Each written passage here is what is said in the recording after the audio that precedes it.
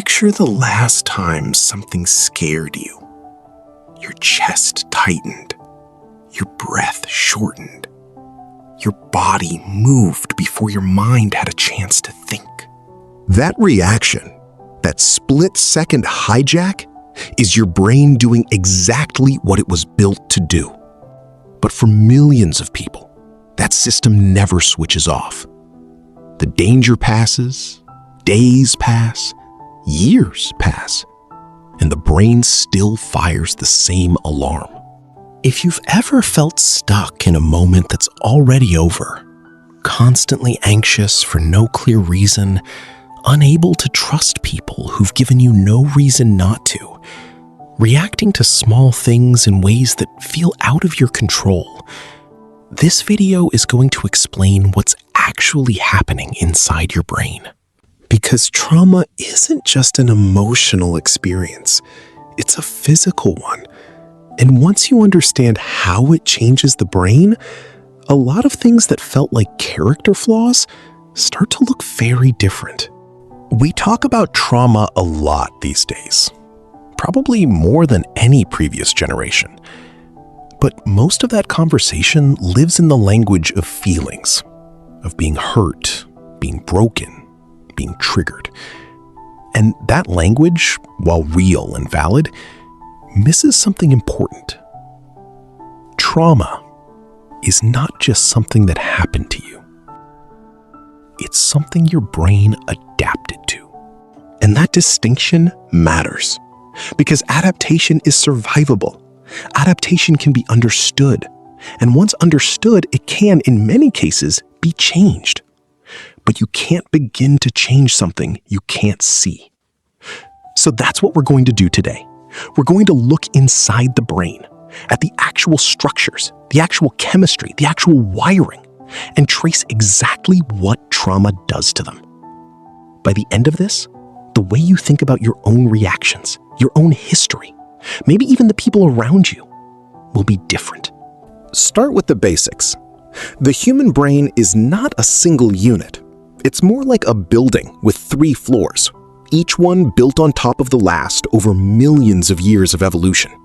The ground floor, the brainstem, handles breathing, heartbeat, survival instinct, pure biology. You don't think your way through it. The middle floor is where things get interesting for our purposes. This is the limbic system, the emotional brain. Inside it, 2 structures do most of the work when trauma is involved. The first is the amygdala. Think of the amygdala as your brain's threat detector. It's fast, it's relentless, and it runs on pattern recognition.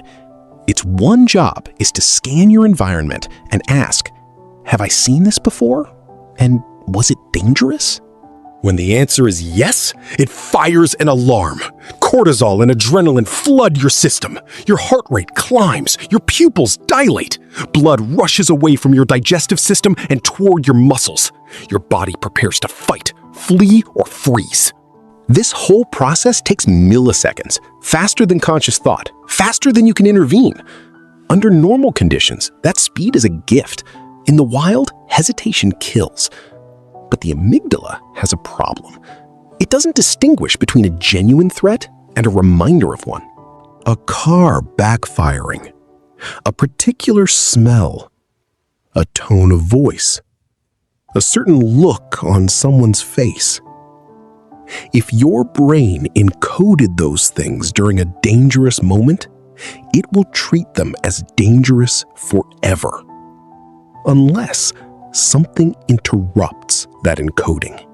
And in people who've experienced significant trauma, the amygdala becomes hyperactive, chronically sensitized.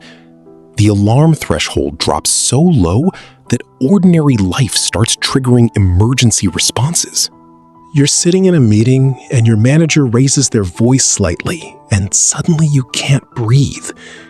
You're on a date and something about the room feels wrong and you want to leave, but you can't explain why. You're driving home and a song comes on, and for no reason you can name, your eyes fill with tears. The amygdala remembers. The amygdala does not forget. The second key structure is the hippocampus. Where the amygdala deals in threat, the hippocampus deals in context. It's your brain's filing system for time and sequence.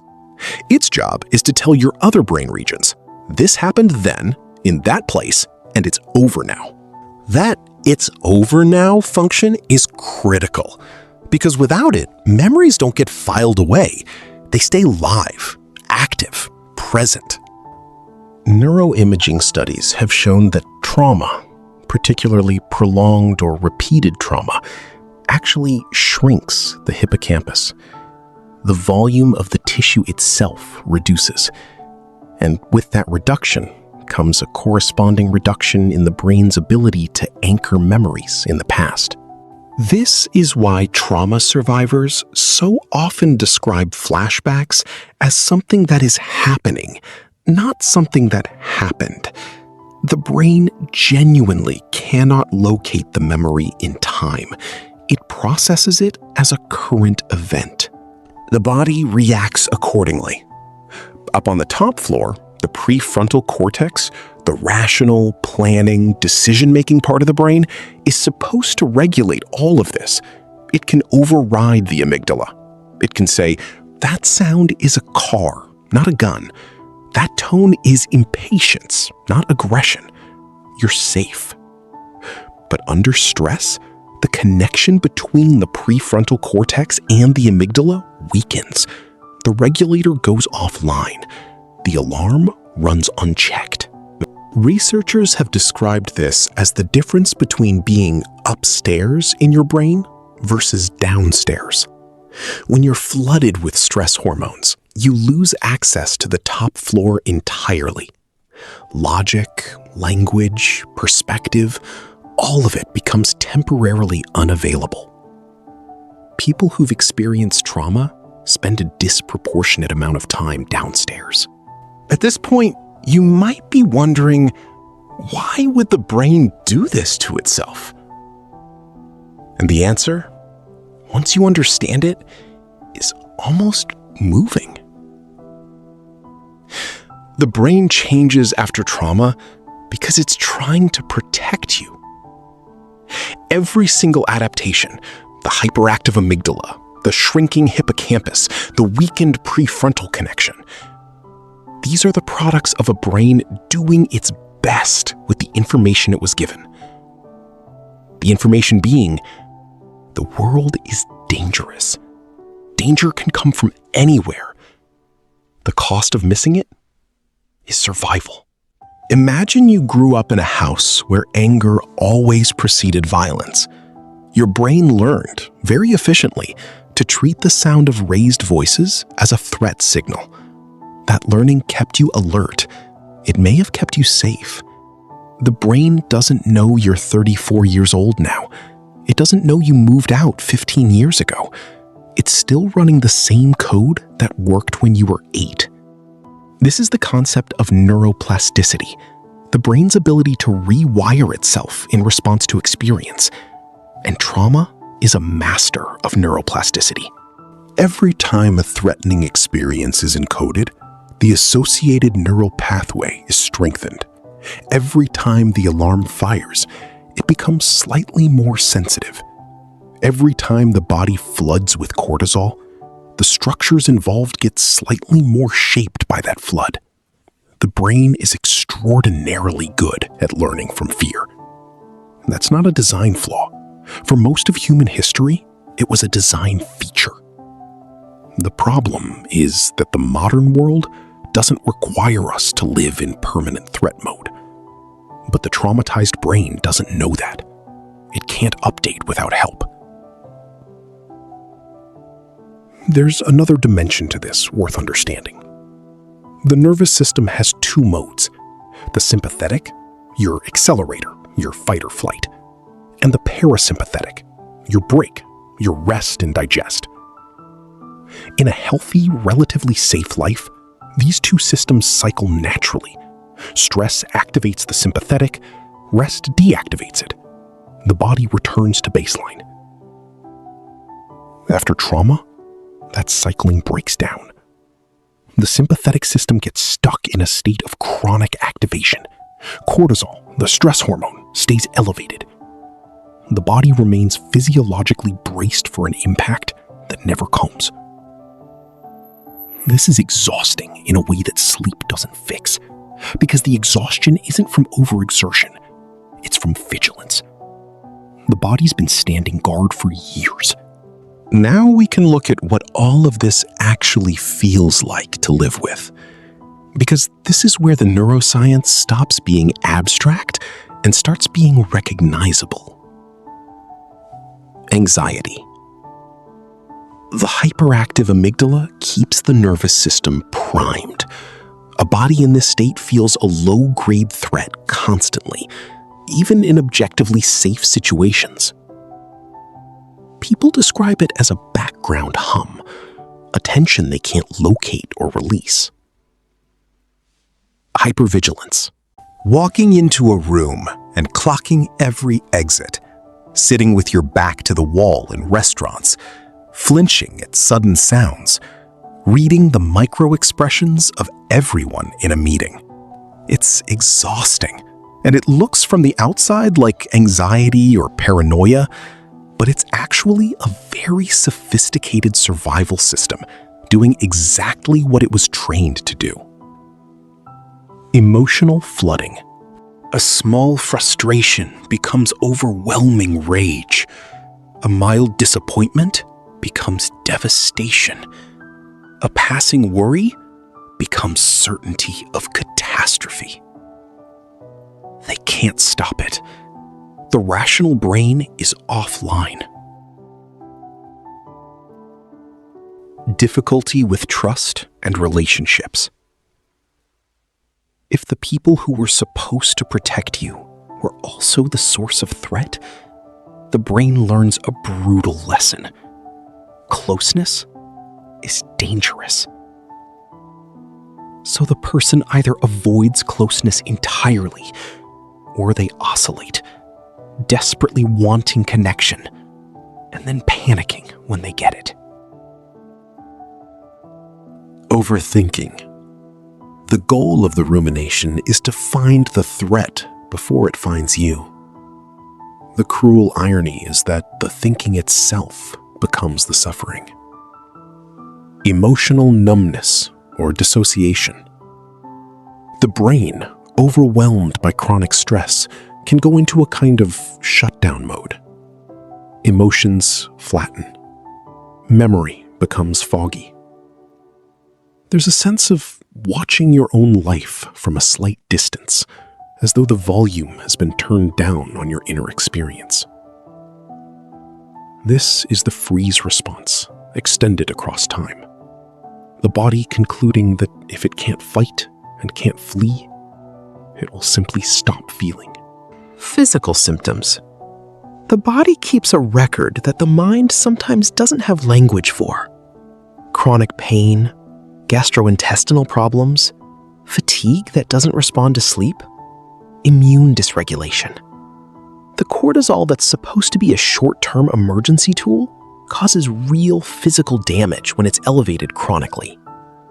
Your brain and body are not separate systems. What happens in the limbic system lands in the organs, the gut, the muscles, the skin. This is the question that matters most. And the answer is yes, with important caveats. The same neuroplasticity that allowed trauma to reshape the brain can be used in the other direction. The brain is not a fixed machine. It's a living system that continues to update throughout life. New experiences can lay down new neural pathways.